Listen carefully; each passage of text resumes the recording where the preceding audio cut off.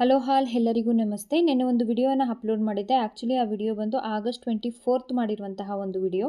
ಇದು August 25th ಮಾಡಿರುವಂತಹ video. ಏನು ವುಡ್ ಪೆಲೆಟ್ಸಿಂದ ನಾವು ಮಶ್ರೂಮ್ ಬ್ಯಾಗ್ಸನ್ನು ರೆಡಿ ಮಾಡಬೇಕು ಅನ್ನುವಂಥದ್ದು. ನೋಡಿ, ಸೋಕ್ ಮಾಡಿ ಇಟ್ಟಿರುವಂತಹ ಒಂದು ಬ್ಯಾಗ್ಸನ್ನು ತೆಗೆದು ಅದನ್ನು ನಾವು ಸ್ವಲ್ಪ ಲೂಸ್ ಮಾಡ್ಕೊಬೇಕಾಗುತ್ತೆ. ಆಲ್ರೆಡಿ ಅದು ಮೆತ್ತಕ್ಕಾಗಿರುತ್ತೆ, ಬಿಸಿ ನೀರು ಹಾಕಿರೋದ್ರಿಂದ ವುಡ್ ಪೆಲೆಟ್ಸ್ ಎಲ್ಲನೂ ನೋಡಿ ಆ ಥರ ಆಗಿದೆ. ಅದನ್ನು ನಾವು ಸ್ವಲ್ಪ ಕೈಯಿಂದ ಒಳಗಡೆ ಹಾಕದೆ, ಕೈ ಹೊರಗಡೆ, ಪೇಪರ್ ಹೊರಗಡೆನೇ ನಾವು ಸ್ವಲ್ಪ ಅದನ್ನು ಸ್ಮ್ಯಾಶ್ ಮಾಡ್ಕೋಬೇಕು ಮತ್ತು ಲೂಸ್ ಮಾಡ್ಕೋಬೇಕಾಗುತ್ತೆ. ಈ ರೀತಿ ಮಾಡೋದ್ರಿಂದ ಮಶ್ರೂಮ್ ಈಸಿಯಾಗಿ ಸ್ಪಾನ್ ಮಾಡೋಕ್ಕೆ ಈಸಿ ಆಗುತ್ತೆ ಮತ್ತು ಮಶ್ರೂಮ್ ಸ್ಪಾನ್ ಕೂಡ ಎಲ್ಲ ಕಡೆ ಸ್ಪ್ರೆಡ್ ಈಸಿಯಾಗಿ ಆಗುತ್ತೆ.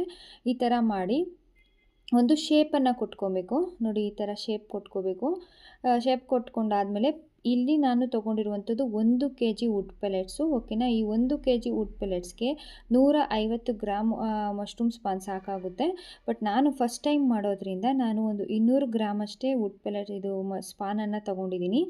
ಈ ಒಂದು ಸ್ಪಾನನ್ನು ಏನು ಮಾಡಬೇಕಂದ್ರೆ ಸುತ್ತೂ ಮಶ್ರೂಮ್ ಸ್ಪಾನನ್ನು ನೀಟಾಗಿ ಹಾಕ್ಕೊಬೇಕು.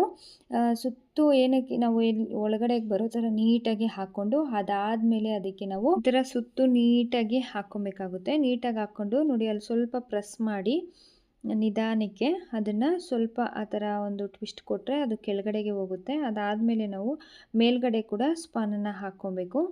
ಅದಾದಮೇಲೆ ನೋಡಿ, ಈ ಥರ ಒಂದು ಕವರಿಂದ ಮೇಲೆಗಡೆ ರಬ್ಬರಲ್ಲಿ ಚೆನ್ನಾಗಿ ಕಟ್ಬಿಟ್ಟು ಸೇಫ್ಟಿ ಪಿನ್ನಿಂದ ರ್ಯಾಂಡಮ್ ಆಗಿ ಎಷ್ಟು ಬೇಕೋ ಅಷ್ಟು ಹೋಲ್ಸನ್ನು ಹಾಕ್ಕೋಬೇಕು. ಈ ಹೋಲ್ಸ್ ಮಾಡುವಂಥದ್ದು ಏರಿಯೇಷನ್ಗೋಸ್ಕರ.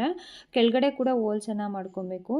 ಸುತ್ತೂ ರ್ಯಾಂಡಮಾಗಿ ಹಾಕ್ಕೊಳ್ಳಿ, ಎಷ್ಟು ಹೋಲ್ಸ್ ಬೇಕಾದರೂ ಹಾಕ್ಕೋಬೋದು. ಈ ಥರ ಮಾಡೋದ್ರಿಂದ ಬ್ರೀತಿಂಗ್ ಚೆನ್ನಾಗಾಗುತ್ತೆ. ನೋಡಿ, ಕೆಳಗಡೆ ಕೂಡ ಹಾಕ್ತಿದ್ದೀನಿ ನಾನು, ಇಲ್ಲೆಲ್ಲ ಹೋಲ್ಸನ್ನು ಮಾಡಿ ಇಡಬೇಕಾಗುತ್ತೆ. ಇದು ಫ್ರೆಂಡ್ಸ್ ಇವತ್ತಿನ ಒಂದು ವಿಡಿಯೋ. ನೋಡೋಣ ಈ ಒಂದು ಬ್ಯಾಗಿಂದ ಎಷ್ಟು ಗ್ರೋತ್ ಬರುತ್ತೆ ಅಂತ. ಆ್ಯಕ್ಚುಲಿ ಪ್ಯಾಡಿಯಲ್ಲೂ ಮಾಡಿರುವಂತಹ ಒಂದು ಬ್ಯಾಗನ್ನು ಕೂಡ ನಾನು ಅದ್ರ ಪಕ್ಕ ಇಟ್ಟಿದ್ದೀನಿ.